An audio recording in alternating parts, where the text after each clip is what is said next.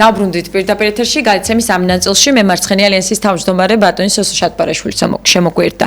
მოგესალმებით ბატონ სოსო, მადლობა იმისთვის რომ ყოველთვის გსტუმრობთ და თქვენი პოზიცია ყოველთვის საინტერესოა ჩვენმა მაყურებელმა მოისმინოს. ბუნებრივია ჩვენ შიდა პოლიტიკურ პროცესებზე უნდა ვისაუბროთ და რა ხდება ახლა ქვეყანაში რაღაცნაირად პოლიტიკური პროცესები გაყინულია. მე ჩემი შეფასება ასეთია მოცემულობაზე, ჩიხშია პროცესები შესული, არც ვთქვათ ქართული ოცნება გამოირჩევა რაღაც ძალიან დიდი ნაბიჯებით, მკაფიო ნაბიჯებით და ოპოზიციაც დაბნეულია ალბათ სამოქმედო გეგმა არ აქვთ ერთიანი სამოქმედო გეგმა და თქვენ როგორ უყურებთ და როგორ აფასებთ ამ მოცემულობას და აზიანებს თუ არა თავად ეს ჩვენს ქვეყანას? დიდი მადლობა სტუდიაში მოწვევისათვის, ლიზა, მოგესალმებით, მივესალმები ძვირფას ტელემაყურებელს. რაც შეეხება აი თქვენ შეკითხვას, საქართველო არის გარინდებული ახლა. ყველანაირი პოლიტიკური აქტივობა არის ჩამცხრალი და ყველა მიჩერებული ვარ თეთრ სახლს. რა მოხდება თეთრ სახლში? და არა მარტო საქართველოში, თვით ევროპაშიც, აფრიკის, აზიის ქვეყნებშიც ყველა გარინდებული, ჩინეთის აქტიურობაც შეჩერებულია. ერთადერთი რუსეთ-უკრაინის ომი გრძელდება, ეს საშინელი სისხლისღვრელი ომი და ყველა ველოდებით რომ როგორმე შეწყდეს ეს სისხლისღვრა, იმიტომ რომ სტატისტიკა არის საშინელი, ყოველ კვირა 1000 უკრაინელი იღუპება და რუსი რამდენი იღუპება, რუსები ამას მალავენ, მაგრამ არანაკლები უნდა იღუპებოდეს რუსიც, როგორც ჩვენთვის ცნობილია და აი ეს სისხლისღვრა უნდა შეჩერდეს. ამიტომ ყველა გარინდებულია, რაც შეეხება ოპოზიციას. ეხლა მე მაგალითად მაგათ მოუწოდებდი, რომ დროებით მაინც გააჩერონ ეს აქციებს რო ეძახიან. გააჩერონ ეხლა ამ წუთას მათი აქციები არაფრის მომტანი არ არის მათთვის. არც სახელმწიფოსთვის, არც ქვეყნისთვის, არც მათთვის არ არის არაფრის მომტანი და მე მგონია რომ პოლიტიკური პროცესი გააქტიურდება, როგორც კი უკრაინის ომის საკითხი გადაწყდება. ვფიქრობ რომ უკრაინის ომი მალე უნდა დასრულდეს, აი რამოდენიმე თვეში, წელიწადიც აღარ უნდა დაჭირდეს.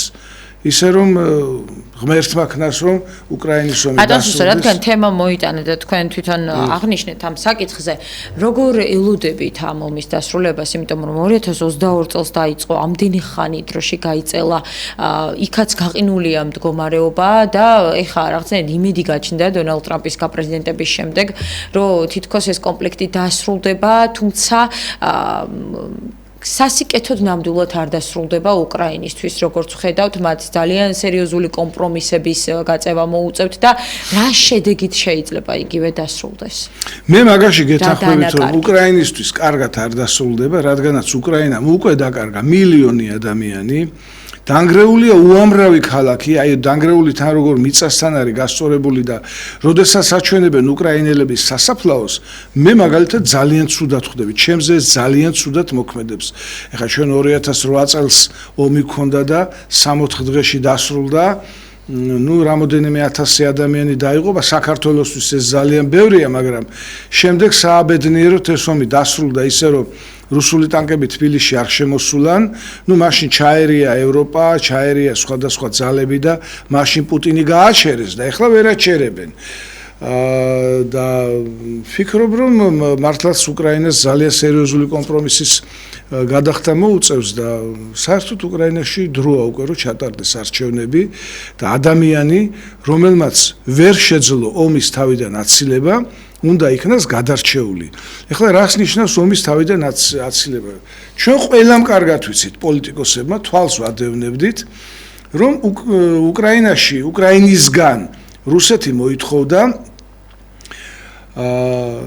დენაციფიკაციას, მე ეხლა არ ვიცი ეს დენაციფიკაციას რას ეძახიან რუსები, ნებისმიერი რაღაცა ტერმინი შეგიძლია მოიგონო, როცა შენ აგრესორი ხარ და გინდა რომ სხვა ქვეყანას თავს დაესხა, ნებისმიერ ამას მოიგონებ. და ასევე ნატოში მათი მისწრაფება იყო მისთვის. არა, ნატოში ამას არც მალავენ.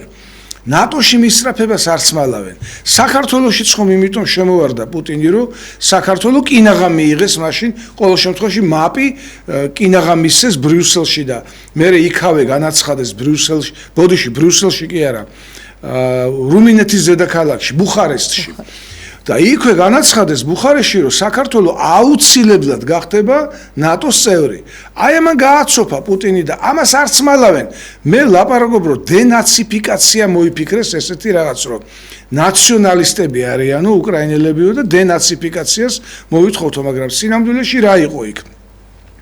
რუსული ენის სტატუსს მოითხოვდნენ უკრაინულის თანაბრად დონბასში და ლუგანსკის ოლქში და ამ დროს რუსეთს პრეტენზია არ ქონია არც ყირიმზე და არც შეჭრაზე და ამ დონბასის დაკავებაზე. აი ამ დროს შეეძლო ზელენსკის ხელი მოეწერა ამ ხელშეკრულებისათვის და ომი თავიდან აეცილებინა. მართალია მძიმე ასატანი იყო, რომ უცხო ქვეყანა ერევა შენი ქვეყნის საქმეში და გეუბნება, რომ ავტონომია შეუქმენი დონეცკს, ავტონომია შეუქმენი ლუგანსკს.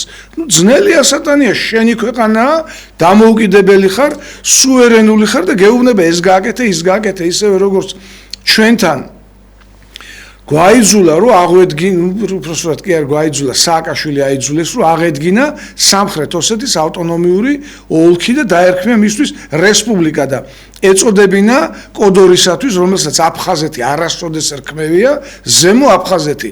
ეს რა თქმა უნდა რუსეთიდან ზეწოლის გამო მოხდა, თუმცა სააკაშვილს შეეძლო ესეც თავიდან აეცილებინა. მოკლედ ძალიან ძნელია, როცა მეზობელი ქვეყანა შენ კარნახობს ასე მოიქეცი, ისე მოიქეცი, ასე გააკეთე, ისე გააკეთე, თავს გზნობს შეურაცხყოფილად, მაგრამ როცა დგახარ ომის საშიშროების წინაშე, როგორც გინდა, ომი უნდა აიცილო. ან თუ ვერ იცილებ ომს, მაშინ უნდა გადადგე და წახვიდე.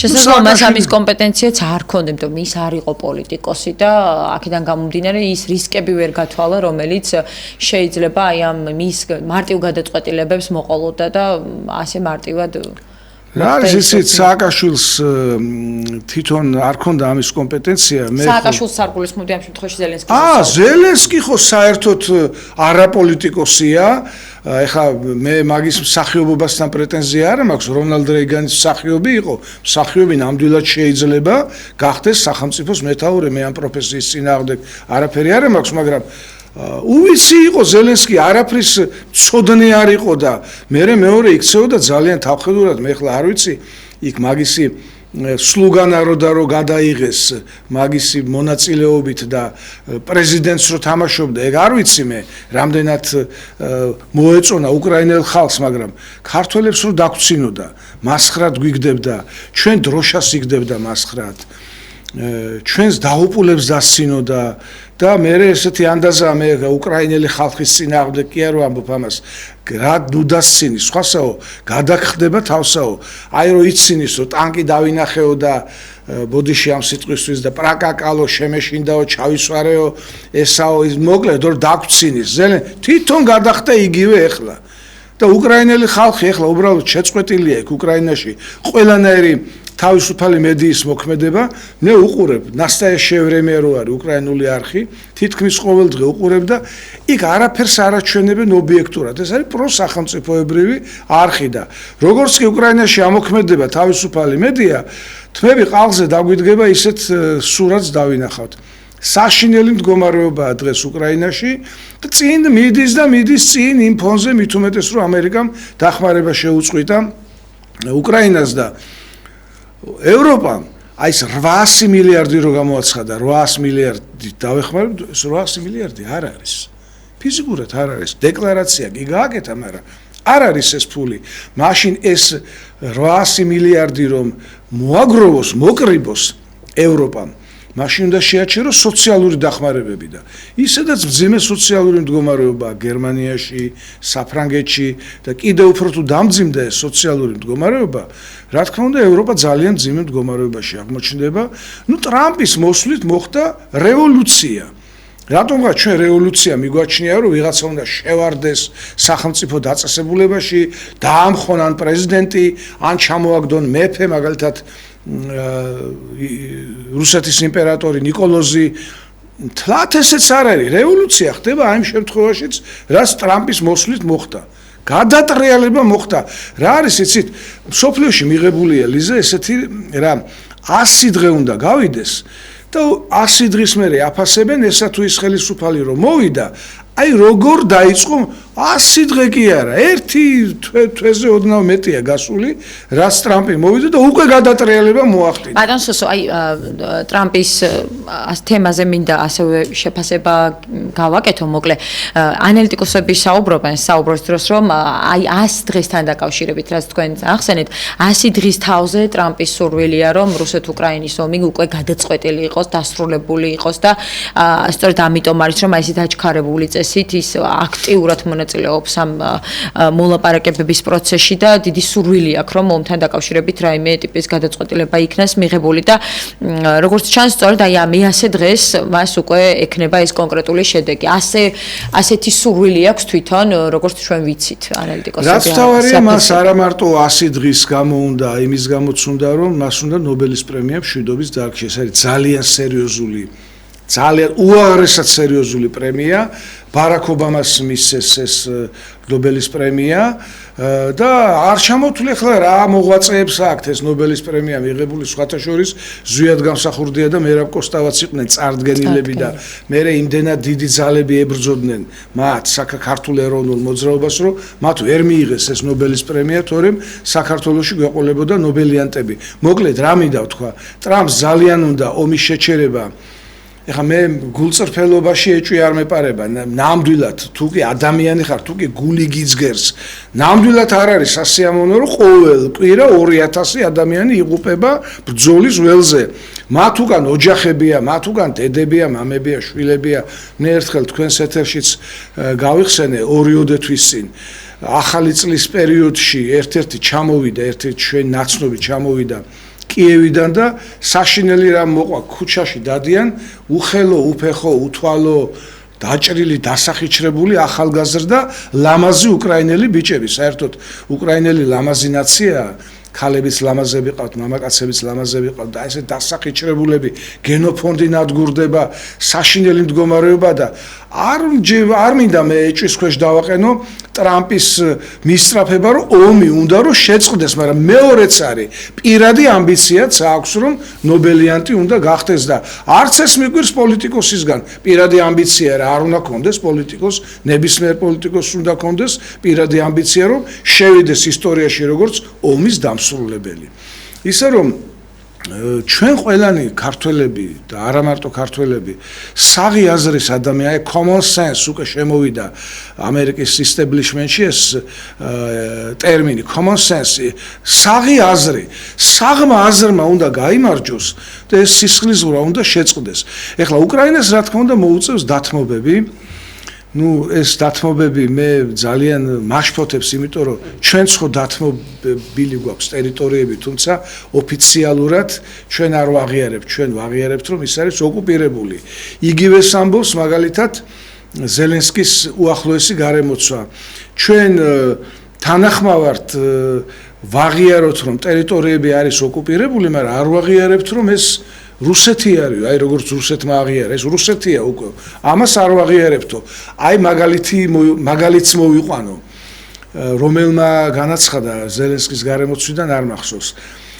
ბალტიისპირეთის ქვეყნები რომ დაიკავა საბჭოთა არმიამო რიბენტროპ-მოლოტოვის პაქტის შედეგად. დე ფაქტო ცნობდითო, რომ სამი ბალტიისპირული რესპუბლიკა იყო დაკავებული და საბჭოთა კავშირის შემადგენლობაში შედიოდა, მაგრამ დე იურე არასოდეს არ ცნობდითო და 50 წელი გავიდა ამ დაკავებიდან და სამივე ბალტიისპირეთმა რესპუბლიკამ იმის გამო უფრო რომ აღიარებული არ იყო სოფლიოსგან მოიპოვა დამოუკიდებლობა.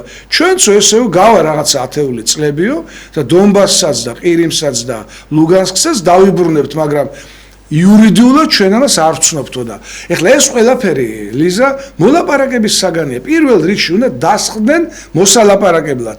აი ზიზღი, ახლა მე პუტინსაც უსმინე ამას წინათ და საშინელი ზიზღი გამოსწვევის ზელენსკის მიმართ და ზელენსკის რო უსმენ, აშკარაა რომ პუტინი ეზიზღება. აი ეს ზიზღი უნდა გადადონ გვერდით, იმიტომ რომ პოლიტიკაში ესეთი რამ არ მოსულა, როდესაც შენი ერის საკითხზე ზრუნავ, გავიხსენოთ თუნდაც ქართველი მეფეები. ეახლებოდნენ ხოლმე მონღოლთა ყაენს ეახლებოდნენ, მარტო დიმიტრი თავდადებული, დიმიტრი მეფე რადღირს ეახლა და თავი დაძდო. საკუთარი ერისათვის რომ გაჩანაგებას და ამოხოცვას გადაერჩინა საკუთარი ერი. რამდენი სულთანს ეახლებოდნენ, შაჰს ეახლებოდნენ. ამიტომ ეს ამბიცია უნდა გადადოს გვერდით, რომ პუტინი მეჯავრება და მასთან არ დავჟე. როგორ გეჯავრება? შენი ერი იღუპება, შენი ერი პარტახდება. რუსებიც იხოცებიან, მაგრამ რუსებს გაცილებით უფრო მეტი ფორა სამწუხაროდ. ეხლა მე ზოგი მდევს ბრალს, რომ როცა ვამბობ, რომ რუსეთი იმარჯვებს ბრძოლის ველზე, გონიათ რომ ეს მიხარია. აქ სიხარულზე არ არის ძვირფასო მეგობრებო ლაპარაკი.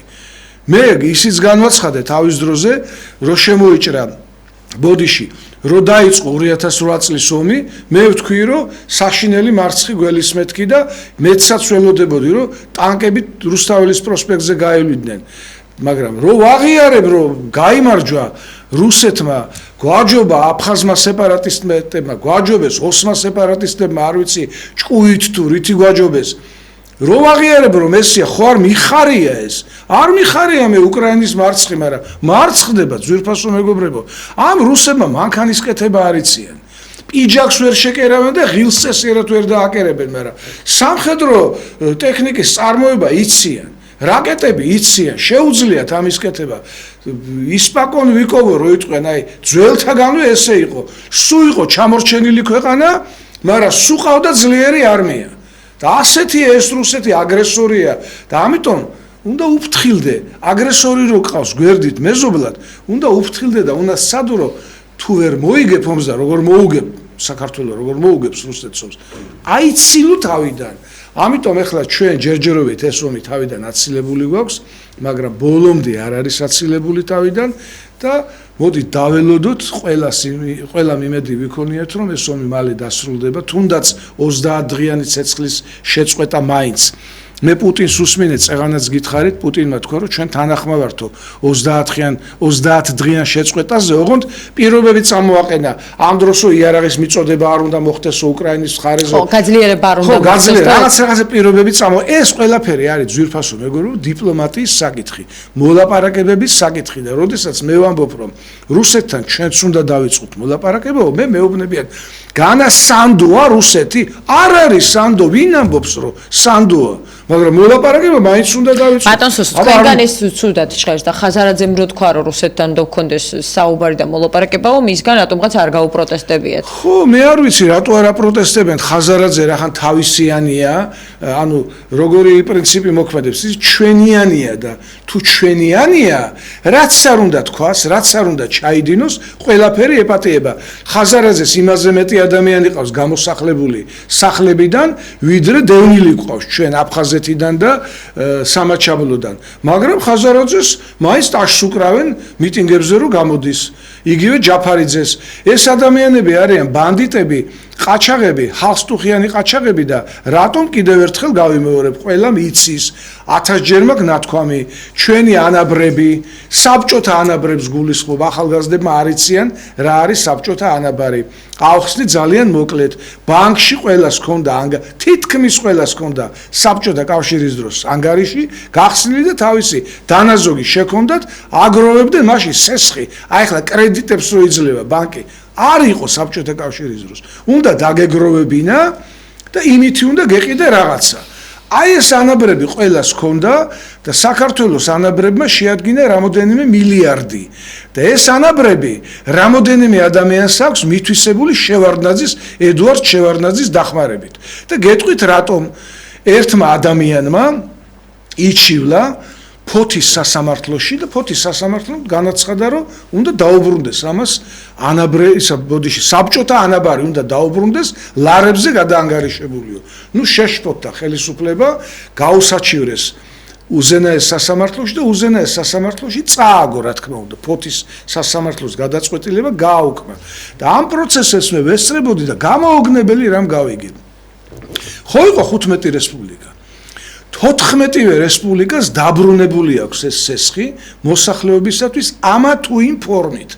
და იმ სასამართლო პროცესზე გაირკვა, რომ თურმე რუსეთს, როგორც საბჭოთა კავშირის სამართალ მემკვიდრეს, ეს ანაბრების დასაბრუნებელი ფული ჩამოურიცხია საქართველოს ეროვნულ ბანკში და აი ეს ფული შეუჭამიათ.